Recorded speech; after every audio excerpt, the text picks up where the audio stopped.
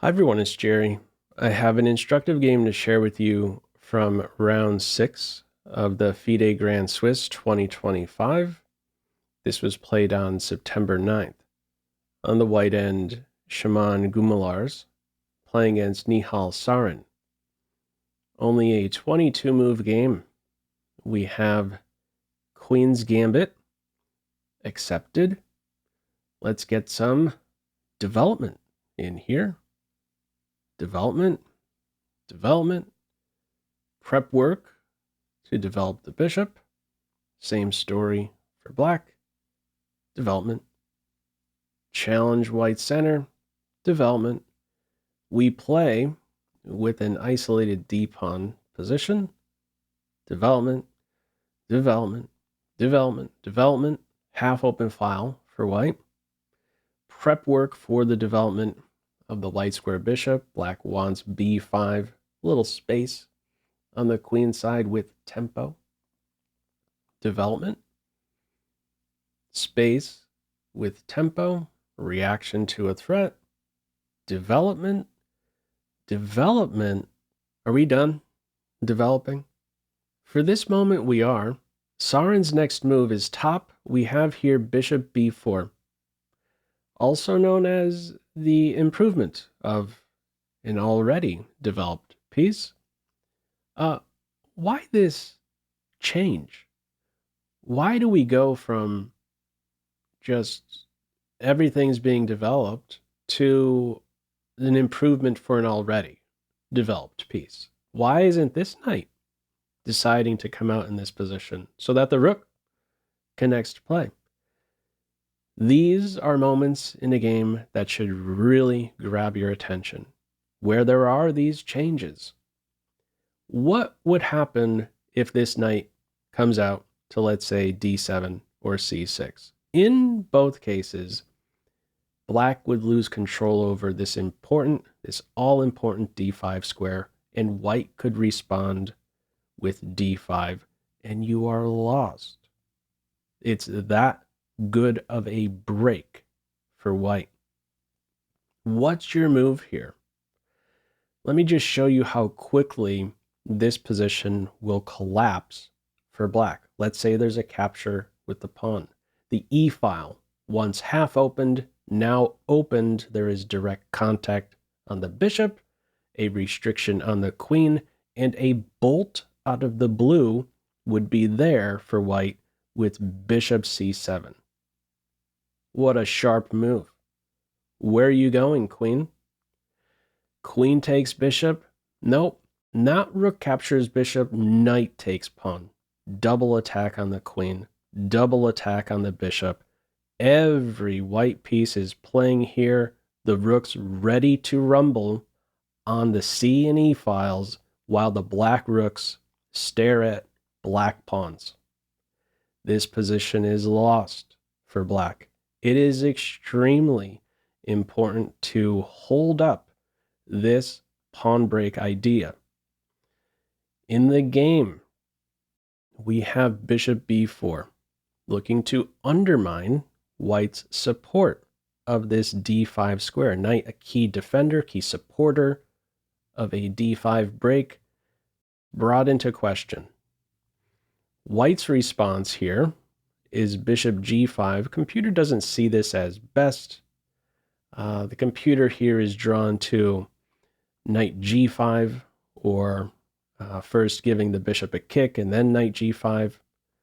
Just to illustrate one of the points here with knight g5, you're putting a lot of pressure on the light squares. There's an accident that is close to happening on one of these two squares.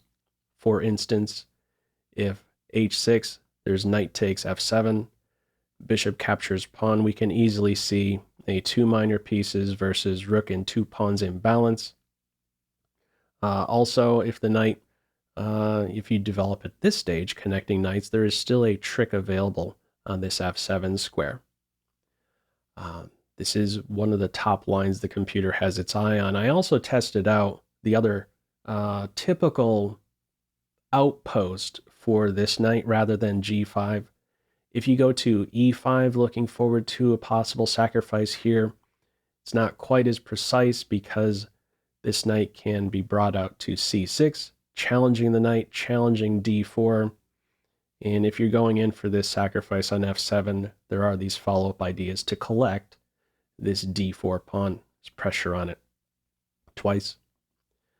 Okay, how it's playing out in this game after bishop b4, it's bishop g5. Knight's now connected.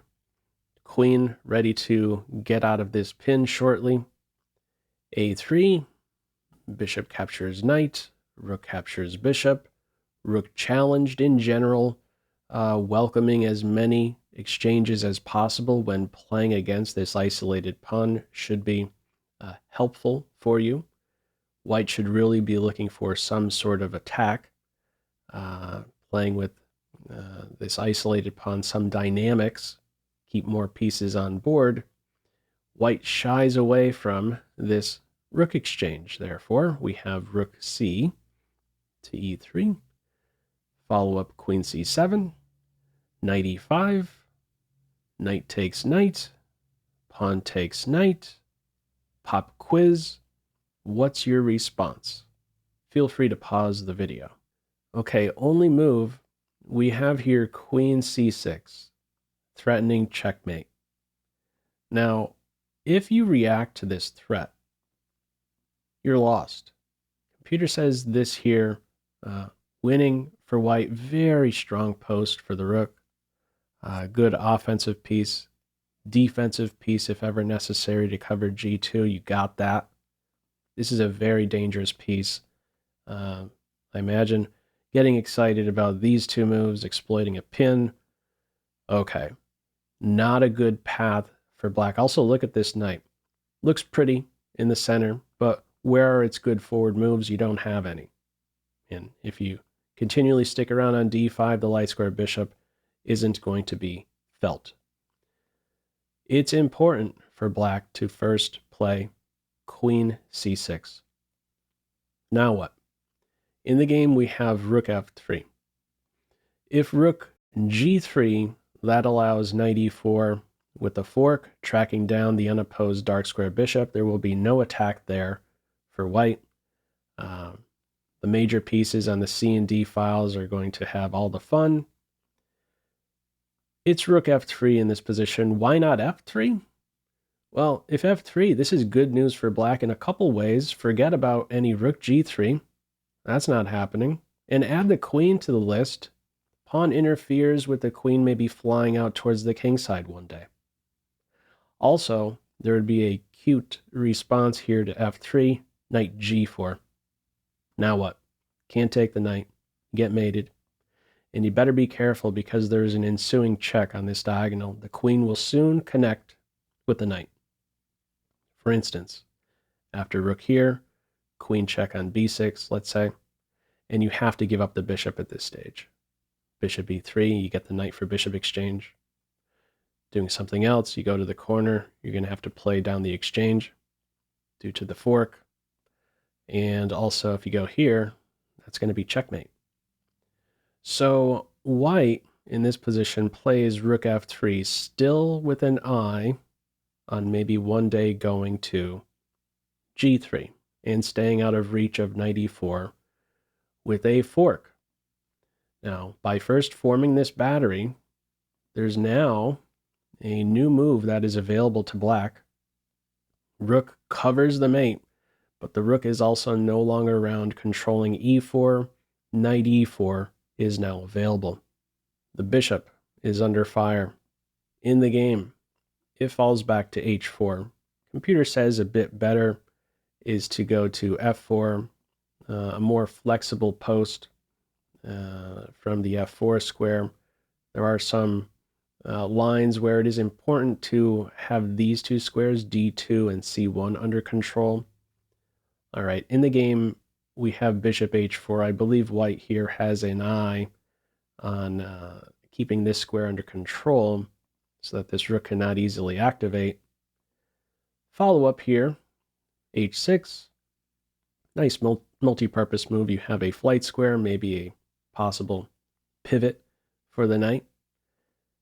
Follow up here for white are Actually, let me throw this one to you as a pop quiz. How would you respond? Feel free to pause the video. Okay, white blunders here. What we have is rook f4. There's an only move here for white. Let me show you what this is. It seems a bit odd. It points out bishop e7 and then bishop b4. Now, why is it so important for this bishop to reroute like this? One of the points here is to control d2 from a possible rook invasion. Let me show you what this might look like if white in this position tries something else. For instance, queen e2.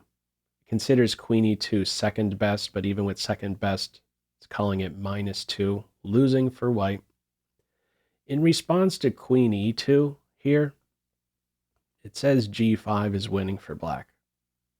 Where do you go with the bishop? You go to g3.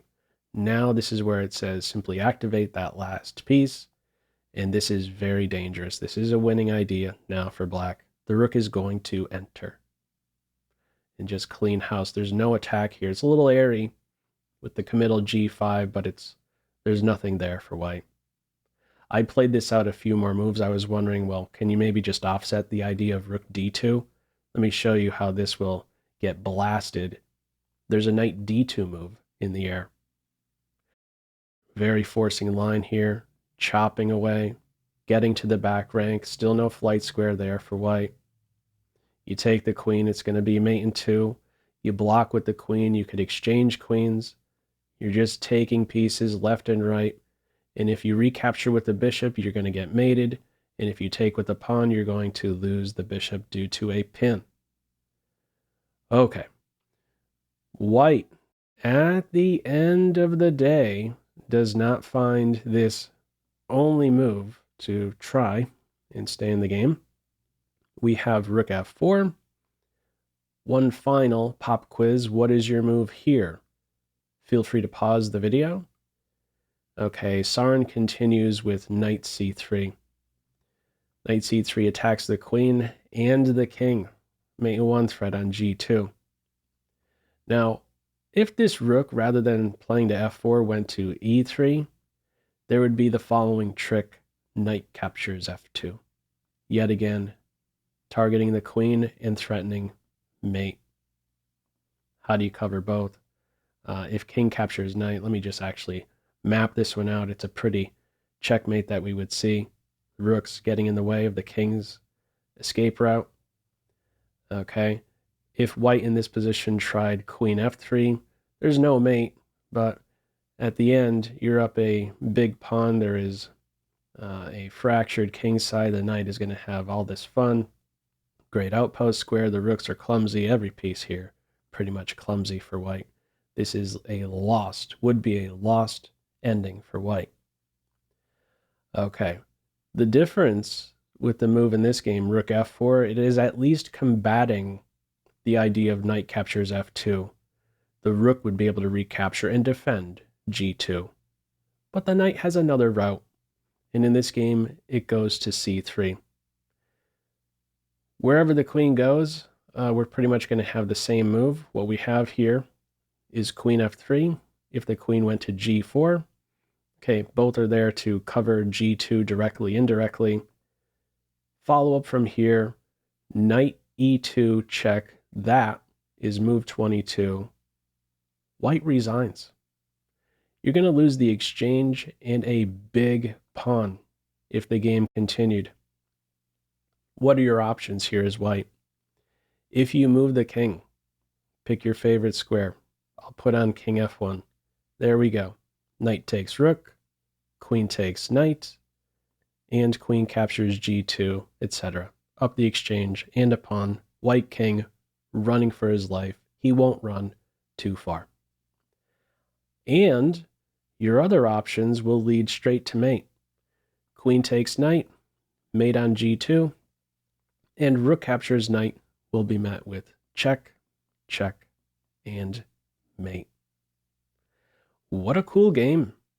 Only a 22 mover here out of the Queen's Gambit accepted. Anyhow, your thoughts? with this one. Feel free as usual to leave any feedback to this video in the comment section below. I hope you enjoyed it and maybe took a thing or two